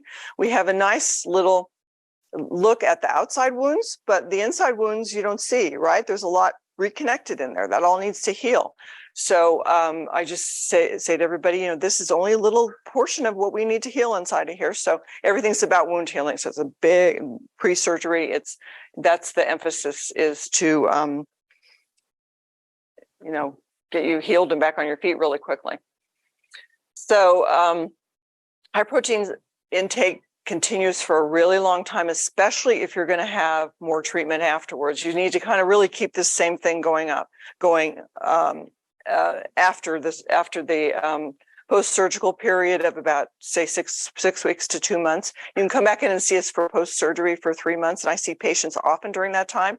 And that's the time when I'm really looking at the digestive system and the resyncing of the digestive system after a Whipple, because all those new parts have to start understanding they've been reconnected. And that's a very interesting phenomenon, because it's as if you're rebooting your whole system. So if you want to use sort of a computer analogy, so it's practice, practice, practice. You have to eat 6 to 8 times per day is what we'd like you to eat. But if I can get people to eat 5 times per day, I'm happy. So what you're doing is you're practicing, you're exercising, practicing, making these connections, realize they're together, stomach emptying smoothly, everything contracting nicely, bowels emptying well, your weight staying stable. And then suddenly it starts to work. And 6 months later, you wouldn't believe what somebody looks like. They're just amazing, even 3 months later. But there's a period right after surgery where I'm super involved with the patients, because it's all unfamiliar. You often lose your appetite totally. You don't even really want to eat. But it's like, there's no option. 5 times per day, 6 times per day minimum, you have to eat, reboot the system. What I don't want to see is this last issue here is somebody that was walking just fine, and then they come in and they're in a walker or wheelchair, and they think it's okay to do that too. And they're like, oh, they're doing this all the time. Oh, it's heartbreaking to see that. It's a loss of functional status. Doesn't have to happen. They're usually, we can pinpoint there's some very important nutrition issues that we need to deal with them. This is a little, reminder about the Whipple and what it looks like. There's some different nutrition impact symptoms with it, often involving, and this the whole way along, as Dr. Abdalla mentioned before, is diabetes and glucose intolerance. So glucose issues with your blood glucose, lactose intolerance, pancreatic enzyme insufficiency, this dysmotility, the lack of all those parts recognizing each other and really acting smoothly. For early dumping, that's the one symptom that we probably see often, very, very infrequently, but is often talked about if you go online and look at a Whipple, you'll see this is probably about early dumping syndrome. And I have patients very worried about this. We don't see very much of it. By the way, Dr. Abdalla does the surgeries. Doesn't happen very often. Small, more frequent meals. Yeah, it's not something. And it's used for diarrhea. This idea of dumping is diarrhea, but this is a very special phenomena. you really, really feel terrible after a dumping episode. Nausea, you have bloating, you start to tremble, you get sweats. It's an odd thing. It means you're having changes in your blood sugar fluctuations, etc. So it's something that can happen early or late, and it doesn't happen much with us. But this is what we do: is the Whipple diet is made to prevent this problem. And maybe it's because we're using the Whipple diet and we're doing the surgery differently. But if you do the small meals and you avoid the added sugars and you avoid extra fluids with your meals, so that you're not emptying the stomach isn't promoting a quick emptying, you see less of it. It's the common way of having maybe a big soup when you're sick. So you're having a big soup with a little bit of noodles in it and whatever, and then you don't feel well afterwards. Well, that's not a Whipple diet. The Whipple diet would be like a half of a turkey sandwich kind of thing. It'd be drier foods, not a lot of liquid, but high protein foods, very concentrated high protein foods in there. So this way of eating afterwards, small meals, separation of liquids and solid foods, really does work very well. And if you do it at the very beginning and you're not losing a lot of weight, you eventually can go back to normal eating really quickly. It's only for a short time period, and it's not forever. There will be certain things that people will tell me 6 months down the line they're sensitive to a certain food or eating style. But the Whipple diet's an old diet, been around since I started eons ago, and it really does work very well after these surgeries, we find. So that is about all I had to say about that. So overall conclusion is that nutrition is a moving target during treatment. It is important to know and to put the word out there that you've got to have your dietitian, your clinical dietitian, oncology specialist, nutritionist during treatment, because it really, really changes your quality of life, the way and your feelings of your control also. It's something you can do something about yourself. Very little can you do something about during treatment, but this you can, and it makes a huge difference. So I'm lucky enough to have the opportunity to work with cancer patients every day, times 10 to 16 or whatever, and with Dr. Abdalla and our team at Atlanta Liver and Pancreas. And I really feel that we get patients through in a very smooth fashion using all of our resources together. Thanks, Robin. Our next presenter is our patient survivor, Cristall Harkins. I just wanted to tell a quick story before she shares hers. So for those of you who don't know, I have two children that are, well, one of them is in elementary school now, but at the time, both of them were in elementary school. My daughter was in Girl Scouts for a couple of years. And Cristall, she also has two young children, also in elementary school. And we had known each other because we lived in the area together. Well, in the winter of 2019, pre-COVID, if you can imagine this, I think sometime early 2020, we actually did a Girl Scout cookie booth at Kroger. And we got to spend some time together. And we're like, anyway. So there was lots of discussion that was happening, and we really started to get to know each other at that time. About a month or so later, I got a referral from one of our gastroenterologists with her name to me. And I said, wait a minute. Anyway, so for anybody who's in a position like this, who knows somebody personal, and then also meets somebody randomly, your heart breaks. And you're like, this can't possibly be happening. So at the time, I had to put on my work hat, and then my friend hat at the same time, and then realized that we were about to go down a journey together that we would never have expected had we not met at a Girl Scout cookie booth. So March 2020 was the time that this happened. And that was sort of the end of the end of the Girl Scout point and the start of another journey that completely changed her life. So fortunately, I was in the right place at the right time, and we were able to connect at that moment. So without further ado, I'd like to introduce Cristall Harkins to the podium to share her story. Just hold this. Hold it here. Yes, like Suzanne said, I mean, it was purely a blessing that our paths crossed, because without Suzanne, I wouldn't have been led to Dr. Abdalla and Robin. And I can honestly say I would not be standing here today without that team. So as Suzanne said, I was diagnosed with pancreatic cancer in 2020, in April of 2020. And when you tell someone you had pancreatic cancer, the first thing they want to know is, how did it happen? Or how did you even find out? I don't have to tell any of those here today impacted by cancer that in a blink of an eye, everything can change, everything. That's how it unfolded for us. I was 40 years old. I was very healthy, no family history, none of those things that are on the slides that would tell you that I would be a candidate for pancreatic cancer. I was in the midst of raising two beautiful girls at the time that were only 6 and 7. And my husband had just accepted a job in DC. And we were right on the brink of what we thought was this new big adventure. But little did we know, we had no idea what was ahead of us. As I mentioned, it was April of 2020. So COVID had just hit and we were all confined to our homes. I started to feel a bit off, but I couldn't quite put my finger on it. I was exhausted all the time. But I just chalked it up to everything we had going on, preparing for the move, homeschooling the girls because schools were shut down. It all made complete sense. Then every time I ate, I had this gnawing feeling in my upper stomach.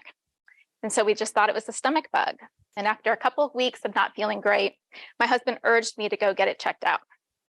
At that time, because of COVID, urgent care centers were turning people away with any sort of GI symptoms, which turned out to be a blessing because I was forced to go to a hospital where they were able to run more extensive testing. And needless to say, my levels were through the roof. And so I was immediately sent for a CT scan. And I remember the nurse at the time even telling me, "Don't worry, honey, you're 40, it's gallstones." And I thought, okay, gallstones, I can handle that. Cancer was never even on my radar. The CT scan showed a mass on the head of my pancreas. And not long after, I was at Northside Hospital having a biopsy confirming that diagnosis. The doctor that performed my biopsy didn't even have to wait on the results to come back. He came out to the waiting room afterwards and he confirmed the diagnosis to my husband. He said, "Look, I know the statistics are bad, but she is not a statistic. She is one person." And from the moment we received that diagnosis, I knew that if there was just a small chance I could survive this, if there was just one story of hope, then that was enough for me. Impossible odds set the stage for miracles, and I truly believe that. And anyone fighting cancer or anyone as a caregiver for somebody fighting cancer has to believe that as well.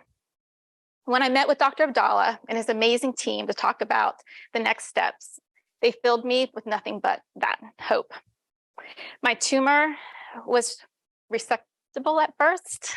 You correct me if I get anything wrong. But it was attached to vessels. And so I could not be operated on at that time without going through 12 rounds of very aggressive chemotherapy, followed by 5 weeks of daily radiation so that my tumor could shrink and pull away from the vessels enough that I was a candidate for the Whipple surgery. And after nearly a 12-hour surgery, we were amazed to find out that the cancer had not spread to my lymph nodes and I was cancer-free. Like anyone that has been on a cancer journey, it was not all smooth. There were definitely some bumps in the road and some major setbacks, even after my surgery. My entire pancreas, like Dr. Abdalla said, was removed. So I am now diabetic, which comes with its own challenges. But I'm doing things today that even a year ago, I could not even imagine. I'm getting stronger every day and adjusting to my new normal. I remember meeting with Robin shortly after my surgery, and she said, kind of like she said a little while ago, she said, "I know you can't imagine it now, but in 6 months, you're going to start to feel like yourself again." And she was exactly right. I didn't see it was possible, but she was right. I followed everything she said to do.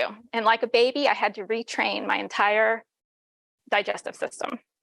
And my family still makes fun of me about the amount of food I ate that first Thanksgiving because it was just a week after surgery. But my body went through trauma and I had to retrain every muscle. When I think about the challenge it was just to walk to the end of my driveway, or let alone the end of the next street, it makes me so proud to stand here and tell you how far I've come. Today, I play tennis, I take spin classes, I lift weights, I enjoy yoga. My girls are now 9 and 10, and they definitely keep me busy. But I am so thankful for every moment and milestone that I have been part of, because no matter how positive we tried to be through it all, the reality of them growing up without a mom loomed over our family. It was definitely a long road, but every day was a choice. And my husband and I said from the beginning that we could either choose to get lost in the nightmare of it all, or we could look for the blessings. And for me, those blessings were things like meeting Suzanne that led me to Dr. Abdalla and his team. My community of family and friends who did everything they could to support us, even in the midst of COVID, and my deepened faith with God.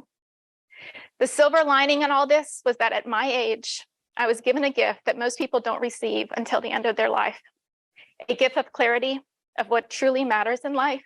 And for that, I am thankful. It's hard to believe it's been 3 years since my diagnosis. And believe me, it's not lost on me that I'm able to speak at events like this and say that I'm a survivor of pancreatic cancer. There are many that have come before and many that will come after that won't be so fortunate. When I was first diagnosed, some of my close friends gave me a tote bag of essentials to take back and forth to my chemo session. And attached to it were these words: "You have been assigned this mountain to show others it can be moved." I love this quote because it provided a reason why we were handed such a nightmare, and it provided a purpose.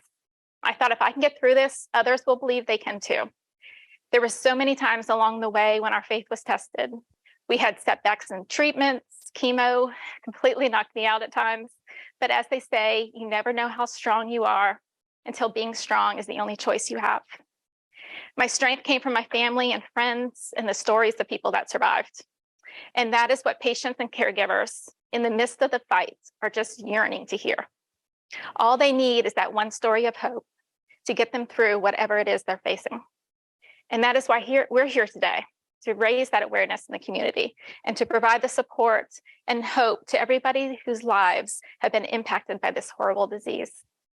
I'm honored every time I speak at pancreatic cancer walks or at events that Northside sponsors, and I hope to have the opportunity to continue raising awareness and encouraging others for many years to come. Dr. Abdalla and his team keep a very close eye on me, and I've graduated from getting a scan every couple of months to now every 6 months. And I actually have one coming up on Monday. But God willing, I will hear the same words Dr. Abdalla said after my first clear scan post-surgery. He said the most beautiful words that any cancer patient longs to hear. With a big smile, he said, "Go live your life." And that's exactly what I am doing and what I will continue to do. Tomorrow is not promised to any of us. And so while I'm here, I'm going to live, I'm going to thrive, and I'm going to hope to encourage and support as many people as I can with my story. I want to provide hope and let others know that no matter what, no matter how hard it is, no matter what the statistics are, there is life on the other side of that battle, and it is a beautiful one. Thank you.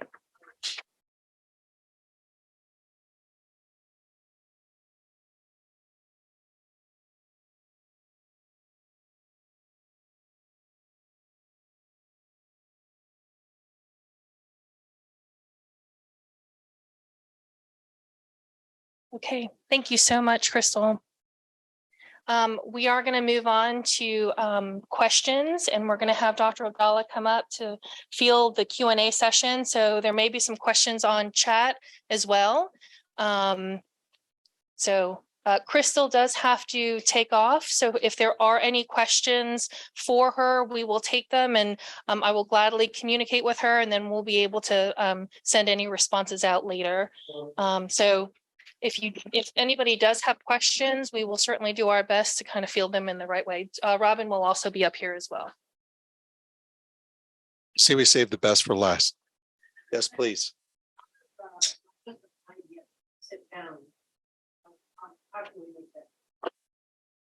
The question was, how can patients or families who have not seen Robin or us get to do that? You can call my office. Yep. Dr. Jolly can facilitate. So she asked about her oncologist. Your oncologist can facilitate. a multiple cyst in my pancreas, but they are not cancerous at the point. They did all the tests. But my GI specialist thinks I should have the first surgery. But I did not agree to that at this point. What will it be? So the question was regarding pancreatic cysts. So that's a whole nother discussion. There are criteria that we use to determine whether pancreatic cysts should be followed, which is true of most pancreatic cysts, honestly. Or there are pancreatic cysts which require surgery because they could evolve or are evolving into a problem. And we can see you, see your imaging, see your studies, and help you sort out that risk profile. So we do a lot of pancreatic cyst surgery, and we do much more pancreatic cyst surveillance. And the recommendations are changing. So I'd be happy to see you and help you sort that out. Other questions? Please.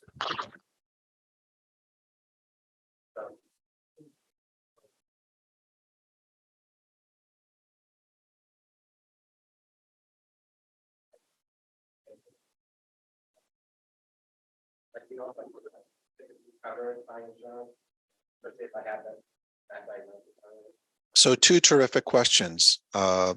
This was regarding a patient who learned that he is BRCA2 positive, and he was actually told there's no pancreatic cancer screening tools, which is simply not correct.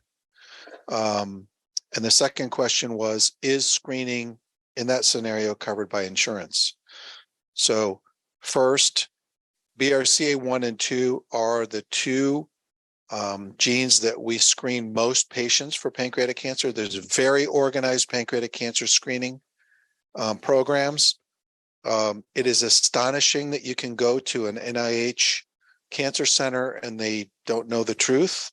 But this is well established in the literature, so well established that virtually all of our patients' pancreatic cancer screening is covered by insurance. I don't know your insurance plan, and I don't necessarily know the details of all the patients that I see. I see you as you, but generally that is covered. And so initial screening for BRCA2 mutations in a patient who does not have any family history of pancreatic cancer is at 50 years of age. It includes an MRI, some specific laboratories, and in certain cases, an endoscopic ultrasound, which is a scope. So that is absolutely and very strongly recommended for BRCA2 patients.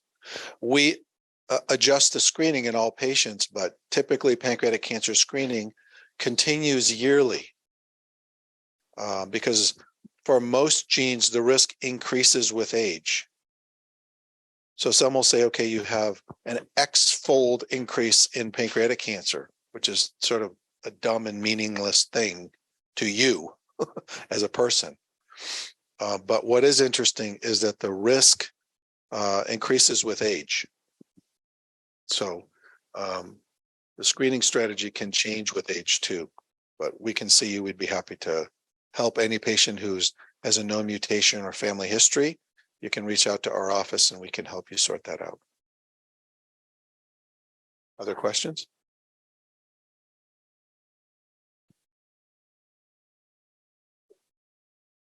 Having spent where the U.S. service after the only that recommendation, I think that a lot of times as you see the question long, when there is a positive solution broadly about for those types of students or coverage for insurance. Do you have any idea what conversation you have with that number around it? So there's a question about the American Preventative Task Force, which is an organization that can promote awareness about screening. And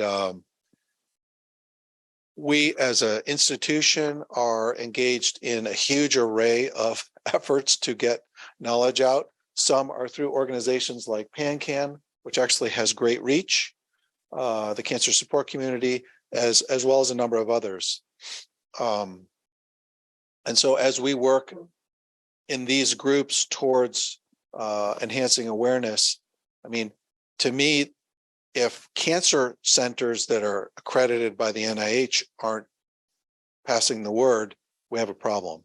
And so, approaching the government is not within my personal purview, but often these efforts that are made to educate start at this level in a kitchen, right? Probably everything good that ever happened in life probably started in the kitchen, who knows?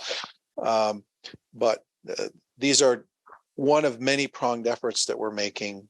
We're working with the National Pancreas Foundation, working with PanCan, we're working with other groups to enhance awareness.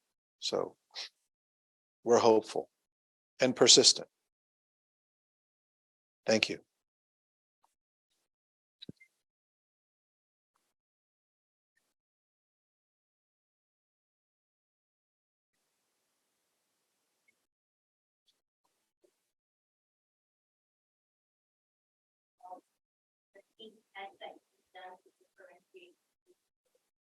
To differentiate gallstones and in this case metastatic pancreas cancer.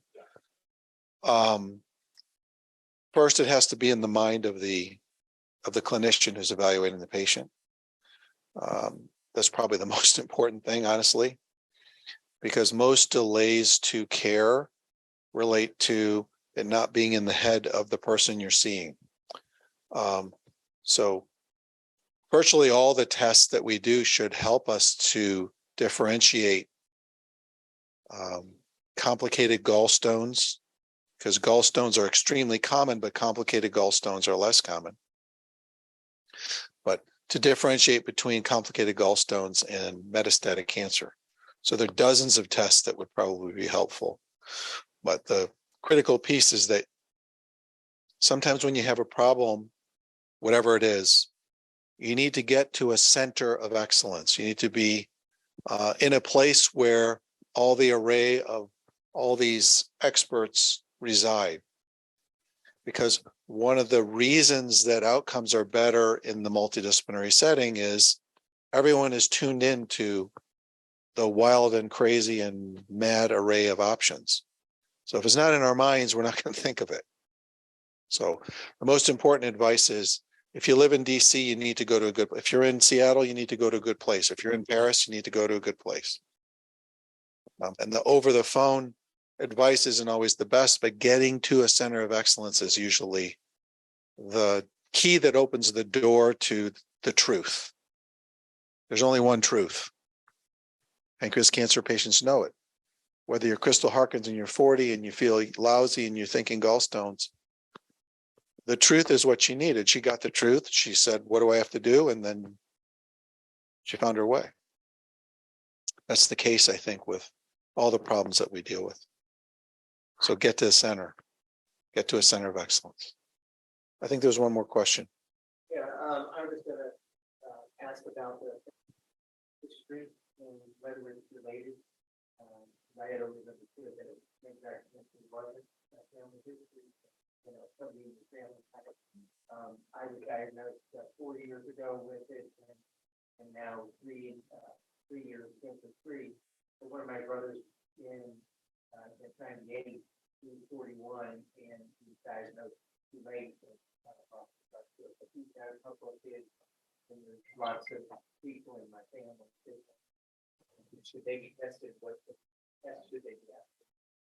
So for our Zoom participants, an amazing gentleman here sitting told us that he was diagnosed with pancreas cancer 4 years ago. He's been free of disease for 3 years. His brother was diagnosed and died of pancreatic cancer. And so he's asking about really what are the genetics and how does that impact screening for your family members? So certainly all your brothers and sisters, that is first degree relatives, all the children of your brothers and sisters would be candidates for pancreatic cancer screening. Even if we did not find one of the genes, and a perfect person to have the genetics is you, because you've had pancreatic cancer. One of the ways that we streamline genetic testing is we test the patient with the disease. Because if the patient with the disease doesn't have the gene, it's much less likely that that gene's running around in the family. As I said during my talk, which was too long, I know, but one of the things that's important is we're only just learning the genes that are linked. And there's two things about risk, okay, or about genes. You can have the gene and never get the disease. You cannot have the gene and get the disease. So both are true. So there has to be a measure of judgment. We have two brothers who both had pancreatic cancer. And so you clearly have elevated risk in the children and other siblings. The first pancreatic cancer screening programs were based on what they called familial pancreatic cancer, before we knew anything about the genetics of pancreatic cancer. And so we saw families who had a high incidence of pancreas cancer in the family. And so we started screening on a routine basis the other members of the family who didn't have cancer. And that actually was the foundational basis for the now very well-established, published, accepted guidelines for pancreatic cancer screening, which we adapt to every patient. I would propose that your brother's kids have significantly elevated risk, gene or no. Their dad and their uncle both had pancreatic cancer. And an MRI, some labs, plus or minus an endoscopy is not a big deal. And then a yearly MRI and some labs. So I would unequivocally screen that family. Maybe not when they're 26 years old, but we would adapt the plan to that specific family's history. It goes to my comments before, adapt the plan to the patient. We use the knowledge we have, which is horrifically insufficient, but we use all the knowledge we have and then apply it to the case. That's what the MDC concept is. Get all the expertise, get all the knowledge, and then figure out the best way forward for you or for your nephews. A terrific question. Thank you. Yes, ma'am.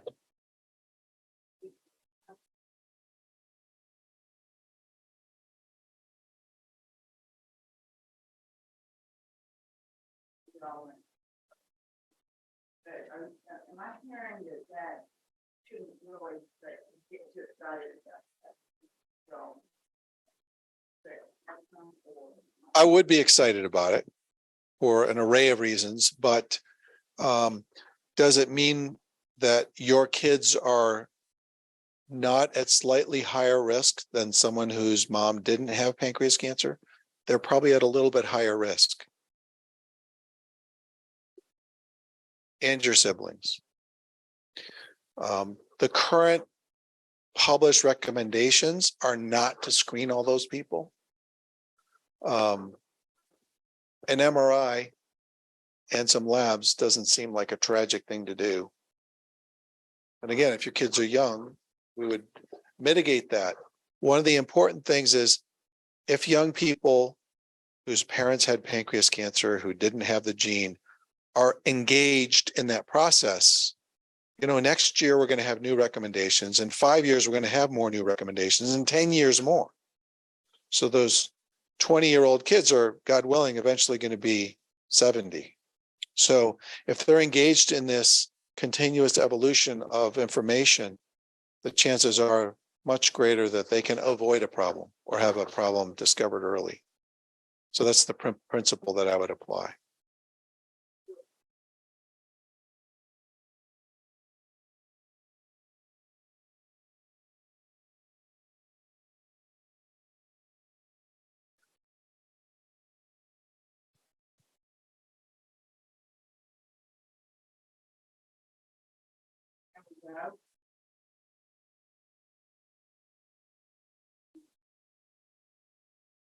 Well, thank you for that comment. You know, the process of me deciding to come to Northside was a long one, a couple of years.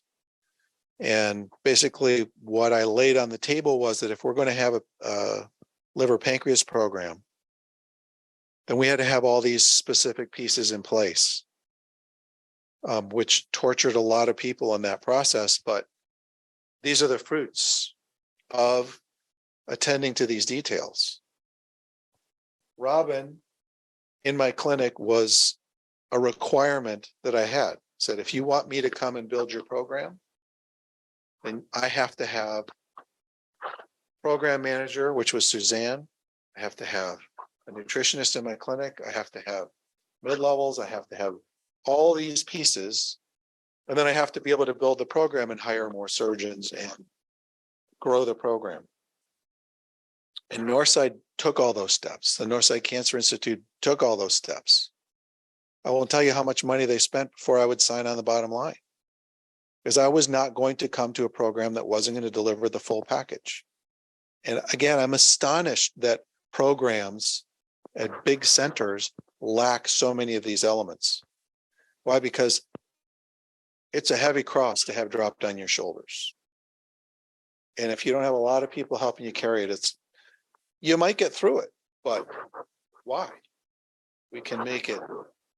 We need to do everything we can to make it possible to get through. So wonderful. Thank you.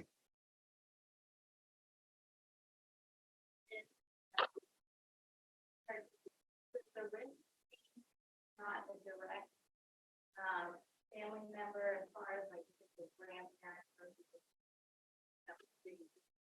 So yes, as far as we know, the distance of the relative with the disease does modulate the risk. However, if the grandparent had a BRCA2 mutation, since that was mentioned, and the parent has an unknown, in other words, they were never tested, there are cases in which the genetics counselor can help you parse that.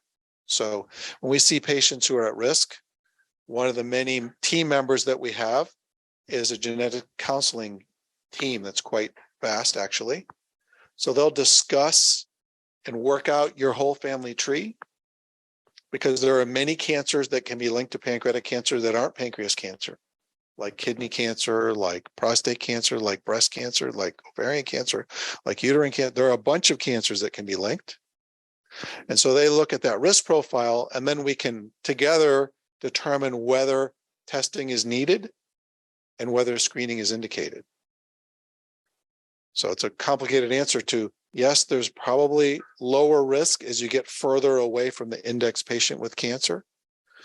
But risk profile, we work out usually through consultation with our genetics counselors. We refer essentially 100% of our patients with tumors of the anatomic area around the pancreas for genetics evaluation, or at least they're assessed to determine whether genetic evaluation is warranted. And sometimes it's a discussion and it's done, but other times it's a discussion leading to testing, helping us to screen them. So a great question. Thank you.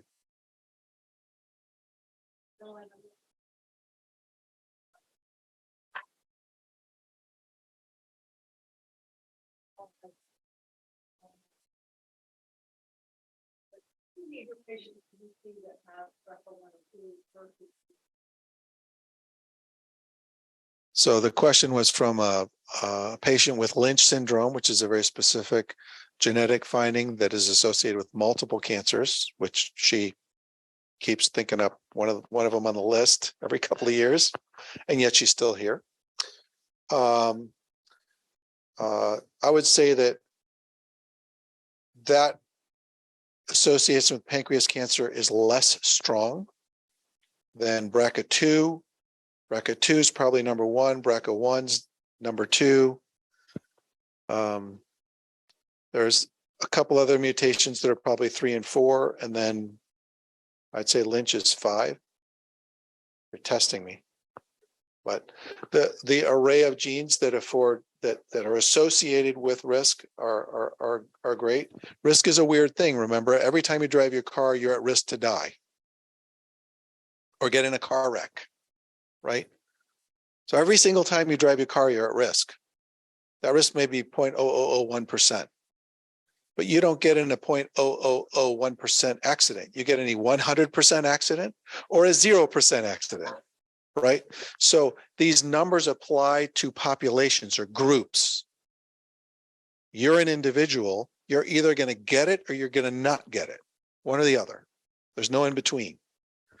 So obviously you want to screen patients who are at high risk, because we don't want to just freak people out every year with an MRI and labs and so on and so forth and do unnecessary screening. That can only incur cost and risk, because most of the things you find when you screen the wrong people aren't anything. And they end up getting more scans and more biopsies and complications of biopsies and so on and so forth. So we only want to screen people who are actually at risk, because we don't want to put people at risk by screening. Okay. So this is high level stuff, but great question. So we want to screen patients who are at risk, and often figuring out what their genetic risk is relates to the evaluation by our very robust genetics team to help us parse in that knowledge as it flows in, because we're getting new recommendations all the time. Thanks for your question.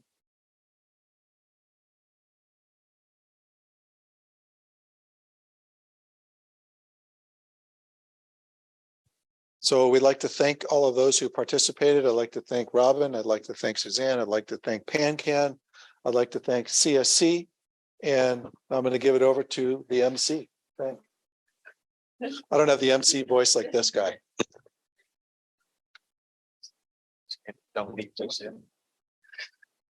All right. Thank you so much. If you're anything like me, I'm blown away by the day. I am still in tears over Cristall's speech. That was absolutely amazing. But most importantly, just a huge thank you to everyone for attending. Everyone knows when I say thank you, it is not just on behalf of PanCan. It is a personal thank you as well. We are all brought to this for different reasons, as I said at the beginning. And so it is a huge personal thank you to everyone here. A huge thank you to Dr. Abdalla's team. I actually have these thank yous for you. Got one for you, Dr. Abdalla, and one for you. Look, please tell me again, how do I pronounce it correctly? Just say Robin. Okay, I'll just say Robin. Thank you so much, Robin. Look, my French is not great, so I apologize. But again, a huge thank you to everyone. Look, Northside Hospital, Atlanta Liver and Pancreas, Cancer Support Community, huge thank you to everyone. If you have not seen this place in person, please make sure to come see the Cancer Support Community. It is absolutely beautiful. We are in a kitchen, but you would not know this is a kitchen. Okay, this is the most beautiful kitchen I've ever been in. So huge plug for CSC. Make sure to come see Cancer Support Community. And thank you so much again. Bye-bye. Thank you for joining Cancer Support Community Atlanta for this program. If you're interested in other live or recorded programs, please visit the online program tab of our website, cscatlanta.org. Or follow us on Facebook. We'll be sharing additional information on upcoming programs.